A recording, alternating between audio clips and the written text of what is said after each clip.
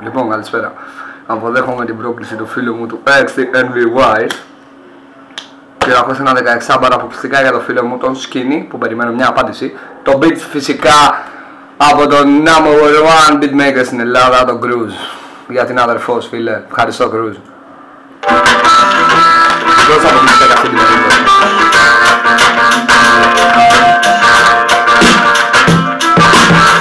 Του 16 μπάρα είναι κι αυτό. Εγώ ο μαγκάς όμως θα σε πίσω στο ρυθμό. Και δεν με νοιάζει αν τα λες πολλά Τραγμανιά αφήνεις ποιον φωνάζει η μαμά. Εσένα μωρέ κυρία που το παίζεις και γάμο. Όμως εγώ θα σε πίσω στο λεπτό. Φωνάξε τον ενωρόμο να πει εδώ. Γιατί μας έχεις ξεκαβλώσει όλους με το ρυθμό. Έτσι μπάρας μένουν για να σε στρίψω. Στην επόμενη στροφή απλά θα σε στήσω.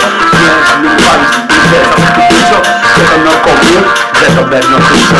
Δύο μπάρες μένουν για το δικό σου μνημόσυνο. Και μην φαίνεται μαγιά πως ήταν επώδυνο. Λοιπόν, γατάκι να μου είσαι πρόνιμο. Γιατί εμένα αλλιώς θα με φωνάζεις ανώνυμο.